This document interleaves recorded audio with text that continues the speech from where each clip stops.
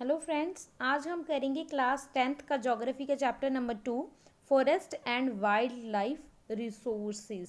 बहुत इम्पॉर्टेंट ये चैप्टर है।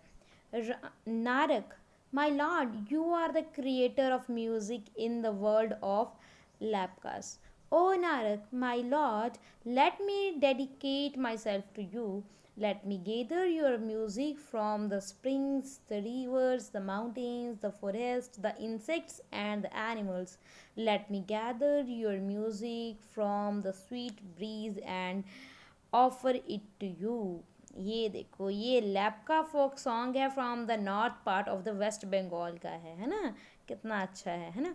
We share this planet with the millions of other living beings, starting from the microorganism and bacteria, listening to a banyan tree, elephants and blue whales. तो ये जो environment है ना, हमें ऐसा लगता है ये सारा प्लानट है वो सिर्फ हम ही इसके राजा हैं।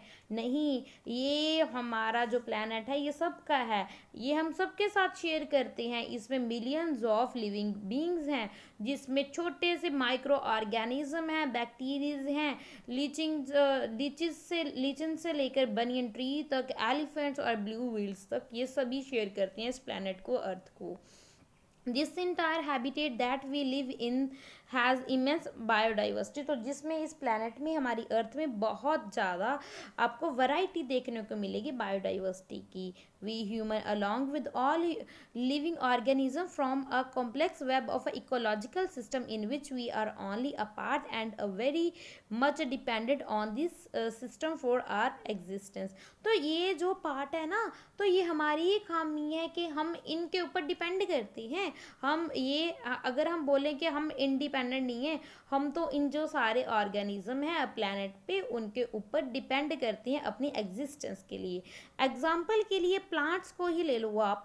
The plants, animals and the microorganism recreate the quality of the air we breathe, the water we drink and the soil that produce our food without which we can not survive. तो भाई plant से हमें oxygen मिलती है, और ये ही हमारी ये प्लांट्स ही हैं, ट्रीज़ ही हैं, ये हमारी एयर को, जिसमें हम सांस लेते हैं, उसकी क्वालिटी को बनाए रखती है। जो पानी है वो जो हम पीते हैं उसमें भी, क्योंकि बारिश लाने में भी मदद करते हैं ये plants.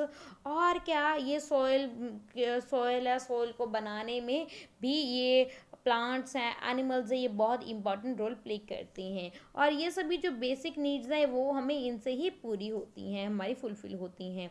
Forest plays a key role in the ecological system as they also a primary producer on which all other living being depend. सारे लिविंग बींग डिपेंड्स इसी पे करते हैं, और ये बहुत इंपॉर्टेंट रोल प्ले करती हैं फॉरेस्ट इकोलॉजिकल सिस्टम में। ओके, बायोडाइवर्सिटी और बायोलॉजिकल डाइवर्सिटी समझना। बायोडाइवर्सिटी और बायोलॉजिकल डाइवर्सिटी एक ही टर्म है। मतलब क्या है? Is a immensely rich in wild life and cultivated species, diverse in form and function but are closely integrated in a system through a multiple network of interdependencies। बहुत ध्यान से मैं दोबारा देखो, ये जो बायोडाइवर्सिटी, बायो यानी कि बायोलॉजिकल डाइवर्सिटी, डाइवर्सिटी मतलब विभिन्नता, हम सभी एक दूसरे से डिफरेंस हैं। हमें हमारे काम करने में जो वाइल्ड लाइफ हैं, ये कल्टीवेटर स्पीसीज हैं, इनकी जो फॉर्म अलग है, इनके फंक्शन अलग है, मगर चाहे अलग है, इनमें डिफरेंस है, मगर फिर भी ये क्लोजली हम एक दूसरे से इंटीग्रेटेड हैं, जुड़े हुए हैं एक नेटवर्क के जरिए, जिसको हम इंटरडिपेंडेंसी, हम एक दूसरे पे डिपेंड करते हैं।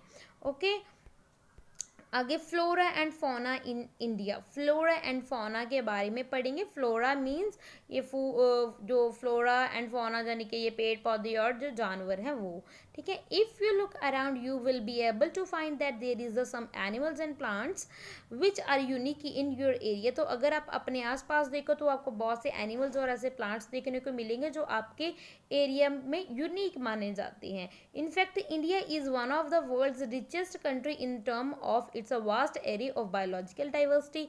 इंडिया पूरे वर्ल्ड में एक रिचेस्ट कंट्री मानी जाती है बायोलॉजिकल डाइवर्सिटी में। This is a possibly twice और और thrice in numbers yet be discovered.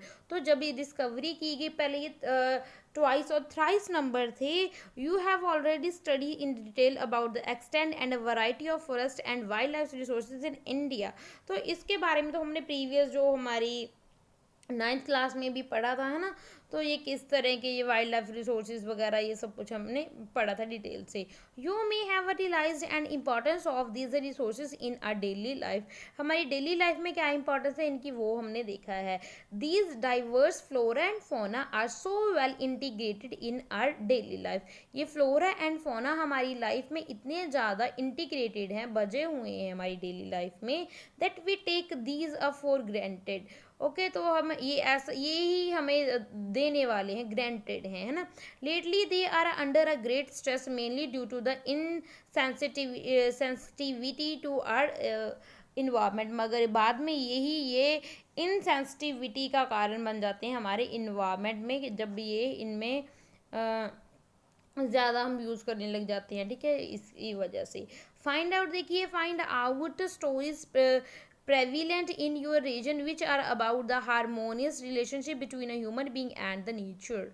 Okay, some estimations suggest that at least 10% of India's recorded wild flora and 20% of the mammals are on the threatened list. तो ये देखो भाई, ये है थोड़ी सी बात ध्यान, एस्टिमेट लगाया जाता है, सिर्फ एस्टिमेट लगाया जा रहा है कि लगभग 10% जो हमारी इंडिया में फ्लोरा है और 20% जो मैमल्स हैं वो थ्रेटन लिस्ट में उनको रखा गया है, जिनके खतरे वाली लिस्ट में रखा गया है।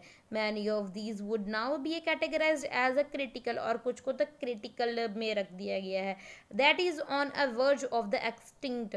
तो जैसे कि जो बिल्कुल ही खतरे की कगार पे ख़त्म होने ही वाले हैं, जैसे कि चीता है, पिंक हेडेड डक है, और माउंटेन क्विल है, फॉरेस्ट स्पॉटेड ओलेट है, और प्लांट्स हैं जैसे कि मेडुका इंसाइट्स है, wild variety of madhuca hubbardia heptaneuron and species of the grass है ये। In fact no one can say that how many species may have already been lost। कोई भी नहीं बता सकता कितनी सी स्पीसीज बिल्कुल ही वो लॉस्ट हो गई हैं। Today we only talk of the large and most visible animal. हम सब सिर्फ हमें उन्हीं एनिमल्स के बारे में पता है जो लार्ज और विजिबल होते हैं। Plants that have become extinct, तो बहुत से प्लांट्स भी ऐसे एक्सटिंक्ट बिल्कुल ख़त्म हो चुके हैं। And that would smaller animal like insects and plants. तो जैसे कि जो स्मॉलर एनिमल्स और प्लांट्स इंसेक्ट्स हैं ये इनमें से बहुत से ख़त्म हो चुके हैं। वैनिशिंग फॉरेस्ट, तो वैनिशिंग फॉरेस्ट का क्या मतलब है ये देखिए ध्यान से। The dimension of deforestation in India are staggering. The forest and tree cover in country is estimated at, जो हमारा इंडिया का forest and tree cover India में एस्टिमेट लगाया जाता है 79.42 मिलियन हेक्टेयर है, विच इज़, जो कि हमारी इंडिया का 24.16% है टोटल जोग्राफिकल एरिया का।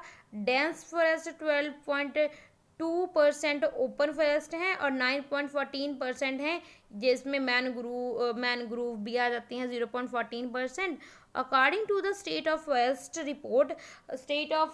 रिपोर्ट के कारण के अकॉर्डिंग 2015 में आई थी, the dense forest cover has increased. ये जो डेंस फॉरेस्ट कवर है वो इंक्रीज हो गया है।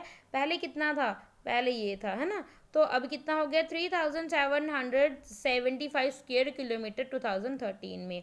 However this different increase in the forest cover due to the conservation measure. ये कैसे हुआ है, क्योंकि कंजर्वेशन मेजर अपनाई है, मैनेजमेंट इंटरवेंशन की है, प्लांटेशन और एट्सेट्रा बाय डिफरेंट एजेंसी, अलग अलग एजेंसीज ने। Okay, let's now understand the different categories of in extincting plants and animal species based on the International Union for Conservation of Nature and Natural Resources. We can classify as follows. तो ये ही ना मैं एक ही video में बनाऊंगी, आगे आने वाली वीडियो ये इस वीडियो में नहीं करेंगे, आगे वाली वीडियो में करेंगे। तो ये यहाँ तक ही करेंगे। Thank you and God bless.